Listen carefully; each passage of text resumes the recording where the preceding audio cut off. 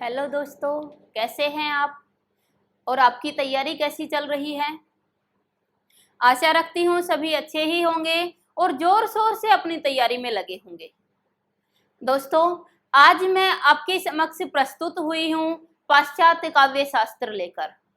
अगर पाश्चात्य काव्य शास्त्र की बात करते हैं तो हमारे मस्तिष्क में एक अवधारणा होती है कि पाश्चात्य काव्य शास्त्र बहुत ही कठिन विषय है। पाश्चात्य काव्य शास्त्र याद ही नहीं होता। बहुत से बच्चों की शिकायत भी होती है, स्टूडेंट्स की शिकायत भी होती है कि मैम पाश्चात्य काव्य शास्त्र याद नहीं होता। पाश्चात्य काव्य शास्त्र बहुत कठिन है, हम इसे छोड़ देंगे, हम इसे याद नहीं करेंगे, पेपर में आने वाले क्वेश्चन को नहीं करेंगे।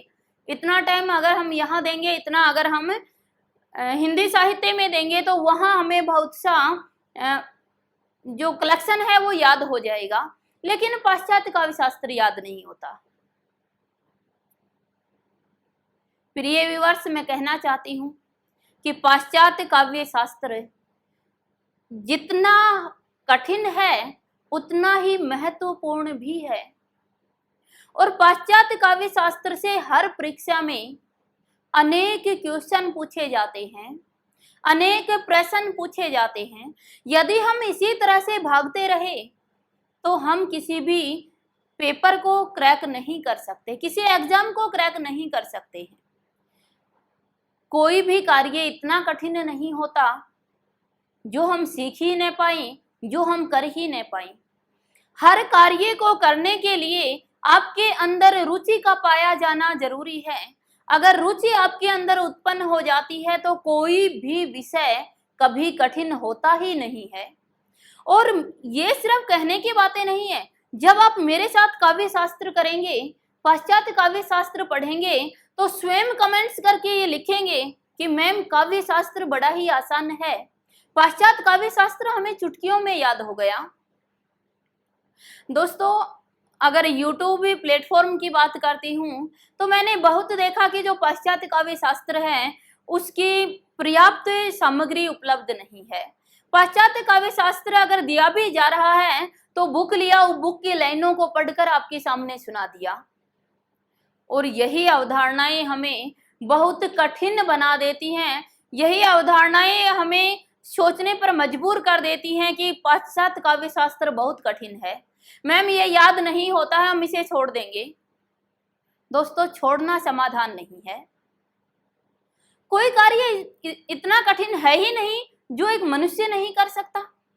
हर कार्य मनुष्य कर सकता है यदि उसमें लगन हो, यदि उसमें करने का जुनून हो, यदि वह आगे बढ़ने का जज्बा रखता हो तो वो हर कार्य कर सकता है। मैं आज आपके समक्ष मोटिवेशनल स्पीच देने के लिए प्रस्तुत नहीं हुई हूँ, लेकिन दोस्तों ये सत्य है कि हमारे जो स्टूडेंट्स हैं वो पाश्चात्य काव्य शास्त्र के नाम से बहुत अधिक डरते हैं। आइए पाश्चात्य काव्य शास्त्र को चुटकियों में याद करते हैं। देखिए, ये पाश्चात्य काव्य शास्त्री मैंने आपके समक्ष रखे हैं। लगभग ये कहें कि अनेक परीक्षा में पूछे जाने वाले लगभग सभी पाश्चात्य काव्य शास्त्री मैंने आपके समक्ष रखे हैं।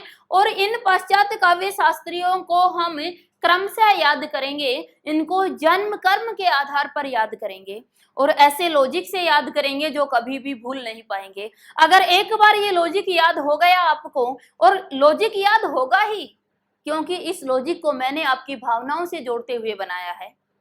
कोई शब्द नहीं लिया कि 2 शब्द रटवा दिए, आपको 4 शब्द रटवा दिए और ये पाश्चात्य काव्य शास्त्री आपको याद हो गए। रटा हुआ हम फिर भूल जाएंगे, लेकिन जो विचार हमारी भावनाओं से जुड़ जाता है, जो विचार हमारे विचारों से जुड़ जाता है, उसको हम कभी चाहकर भी नहीं भुला सकते।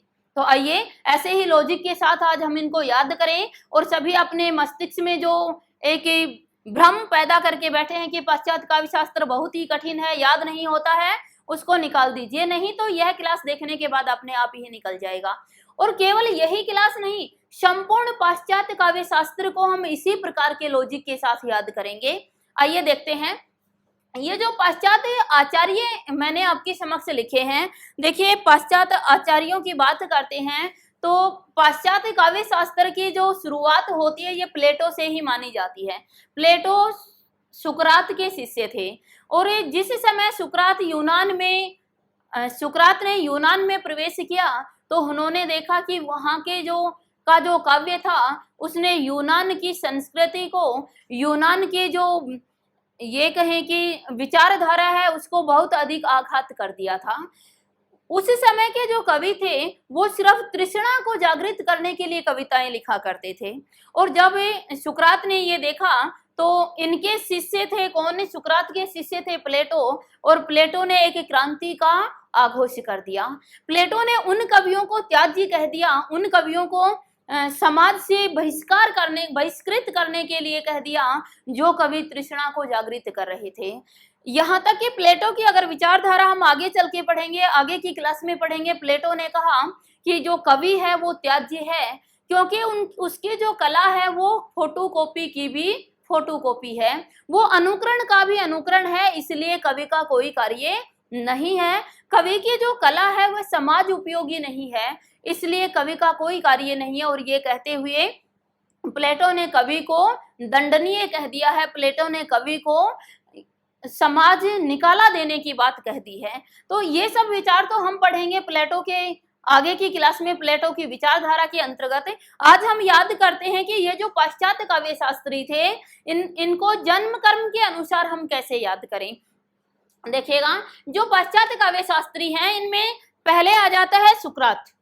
सुकरात को मैंने इसलिए नहीं लिखा कि सुकरात ने ये कहीं काव्य शास्त्र पर अधिक कार्य नहीं किया था। यूनान में जो काव्य शास्त्र का जन्म हुआ वो माना जाता है किससे?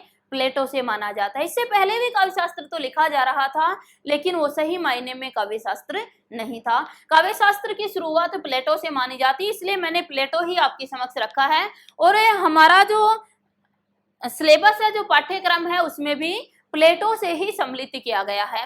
तो आइए हम याद करते हैं, प्लेटो से पहले कौन आए? सुकरात। तो एक लॉजिक के साथ इन सबको हम याद कर लेते हैं। एक बार मैं दोहरा देती हूँ। देखो, सबसे पहले प्लेटो, दूसरे नंबर पर है अरस्तु, तीसरे नंबर पर आते हैं लॉन्जाइनस, चौथे नंबर पे आते हैं दांते, पांचवे पे लिखा मैंने जॉन ड्राइडेन, नंबर 6 पर है विलियम वर्ड्सवर्थ, नंबर 7 पर है सैमुअल टेलर कोलरिज, नंबर 8 पर है शैली, नंबर 9 पर है किरकेगार्ड, नंबर 10 पर मैंने लिखा कार्ल मार्क्स, नंबर 11 पर है फ्रायड, 12 पर है बेनेदेतो क्रोचे, 13 पर है टॉमस स्टर्न्स इलियट, 14 पर है जॉन क्रोरेनसम और 15 पर है ईवर आर्मस्ट्रॉन्ग रिचर्ड्स और 16 पर है सार्त्र। ये जो 16 मैंने पाश्चात्य काव्य शास्त्री रखे हैं, पाश्चात्य आचार्य आपके समक्ष रखे हैं। क्वेश्चन यहीं से पूछा जाता है, इनसे बाहर क्वेश्चन नहीं पूछा जाता है। यदि कालक्रम के अनुसार व्यवस्थित करने की बात आती है तो इन 16 में से ही आपके समक्ष दिए जाते हैं। आइए इनको याद कर लें। देखो, सबसे पहले सुकरात था, उसको हमने बनाया शुक्र है। सुकरात को क्या बनाया? शुक्र है। आप इस लॉजिक को लिख भी सकते हो अपनी नोटबुक में, इसे आप छाप भी सकते हो, लिख भी सकते हो। याद नहीं होता है तो नहीं तो 2 बार देखोगे, 2 बार सुनोगे तो याद हो जाएगा। देखिए, शुक्र है कि प्लेट में अरस्तु खाना खाते हैं। शुक्र है प्लेट में कौन खाना खाते हैं? अरस्तु खाना खाते हैं। लेकिन ये बड़े ही लुंजे आदमी होते हैं। लॉन्जाइनस को हमने लुंजा बनाया, ये बड़े ही क्या होते हैं? लुंजे आदमी होते हैं। ये दांतों से फाड़ फाड़ के खाते हैं। दांतों से मतलब दांते याद रहेगा हमें। देखिए दोस्तों, ये लॉजिक ऐसा मत समझना कि मैं ये जो पाश्चात्य काव्य शास्त्री हैं या आचार्य हैं, मैं इनकी छवि को धूमिल करना चाहती हूँ, ऐसा मेरा मकसद नहीं है। ये जो मैं ट्रिक आपके समक्ष लेकर आई हूँ, सिर्फ और सिर्फ मेरा उद्देश्य है कि ये कवि आपको, ये आचार्य आपको आसानी से याद हो जाएं। तो बस इसी दृष्टि से इसे देखिएगा और इसी दृष्टि से इसे ग्रहण कीजिए कि हमें सिर्फ और सिर्फ इन आचार्यों को क्रमशः याद करना है, बाकी कोई भी मेरा मकसद नहीं था। तो आइए पुनः देखते हैं। कहते हैं कि शुक्र है, प्लेट में अरस्तु खाना खाते हैं, लेकिन ये बड़े ही लुंजे आदमी होते हैं, ये दांतों से फाड़ फाड़ के खाते हैं, तो हम इन्हें देखकर डर जाते हैं। डर से याद रहेगा क्या? ड्राइडेन। ड्राइडेन याद रहेगा किससे? डर से। तो हम इसे देखकर डर जाते हैं और डरकर हम वर्ड्सवर्थ को याद करें। हम वर्ड्स है ना, शब्द, वर्ड्स बोलते हुए कहाँ चले जाते हैं? कोलरिज चले जाते हैं, कॉलेज चले जाते हैं। कोलरिज को हमने किससे याद रखा? कॉलेज से याद रखा। देखिएगा, शुक्र है प्लेट में खाना खाते हैं अरस्तु, लोंजाइस को हमने बनाया लुंजा आदमी, अरस्तु खाते हैं लेकिन ये बड़े ही लुंजे आदमी होते हैं। ये दांतों से फाड़ फाड़ के खाते हैं, इसलिए हम क्या हो जाते हैं? डर जाते हैं। ड्राइडेन को हमने डर से बना दिया, डर जाते हैं। और वर्ड्स बोलते हुए, वर्ड्स वक्त को से हमने क्या बनाया? वर्ड्स बोलते हुए कहाँ चले जाते हैं? कॉलेज में चले जाते हैं। लेकिन कॉलेज की जो शैली होती है वो केवल गार्ड समझ सकता है। कॉलेज की जो शैली होती है वो गार्ड के जैसी होती है, जिसे केवल कार्ल मार्क्स समझ सकता है। हमारे दिमाग की तो वो क्या बना देता है? फ्राई बना देती है। जो शैली है, हम कॉलेज में चले गए, वर्ड्स बोलते हुए कॉलेज चले जाते हैं, लेकिन कॉलेज की जो शैली है वो गार्ड के जैसी होती है। और उसको कौन समझ सकता है? सिर्फ कार्ल मार्क्स समझ सकता है। हमारे दिमाग की तो वो क्या बना देती है? फ्राई बना देती है। फ्राई से दोस्तों याद रखना प्राइड, हमारे दिमाग की फ्राई बना देती है। और फिर हम क्या करते हैं? क्रोचने लग जाते हैं। क्रोचे को हम याद रखेंगे, हम दीवार को क्रोचने लग जाते हैं। कहते हैं ना, जब मस्तिष्क कार्य नहीं करता है तो क्या करता है? हम हाथ से कुछ कार्य करना आरंभ कर देते हैं, हम क्रोचने लग जाते हैं। जैसे ही हम क्रोचते हैं तो लोग हमें क्या कहते हैं? ये क्या है? इडियट है। इडियट से हम क्या याद रखेंगे? इलियट याद रखेंगे। लोग कहते हैं कि ये तो इडियट है, कैसा? क्रो के जैसा। ये तो इडियट है क्रो, है ना, ये बड़ा ही इडियट है क्रो के जैसा। लेकिन हम क्या होते हैं? रिचर्ड्स होते हैं, है ना। रिचर्ड्स यानी धनवान होते हैं और बड़े ही छात्र होते हैं, बड़े ही चालाक होते हैं। दोस्तों, मानती हूं कि लॉजिक जो है वो थोड़ा सा बड़ा है, ये ज्यादा लाइनों में है, लेकिन ये जो कहानी है ना, ये आपको आसानी से याद हो जाएगी। चलिए एक बार पुनः दोहराती हूँ। लॉजिक है, शुक्र है प्लेट में खाना खाते हैं कौन? अरस्तु। शुक्र है प्लेट में खाना खाते हैं अरस्तु, लेकिन ये बड़ा ही लुंजा आदमी है। ये दांतों से फाड़ फाड़ के खाना खाता है, दांतों से फाड़ता है खाने को और फिर खाता है, तो हम इससे डर जाते हैं।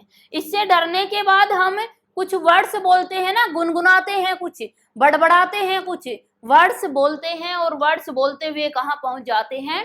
कॉलेज में पहुंच जाते हैं। लेकिन कॉलेज की जो शैली है ये गार्ड के जैसी होती है। जो गार्ड होता है ना, बड़े बड़े लेक्चर देता है बाहर खड़े होकर, ये नहीं करना चाहिए, वो नहीं करना चाहिए, यानी कि ये जो शैली है ये कैसी है? किरकेगार्ड की जैसी है, क्रिकेट के गार्ड के जैसी है। ये हमें समझ नहीं आती, कौन समझता है? सिर्फ कौन समझता है? कार्ल मार्क्स समझता है।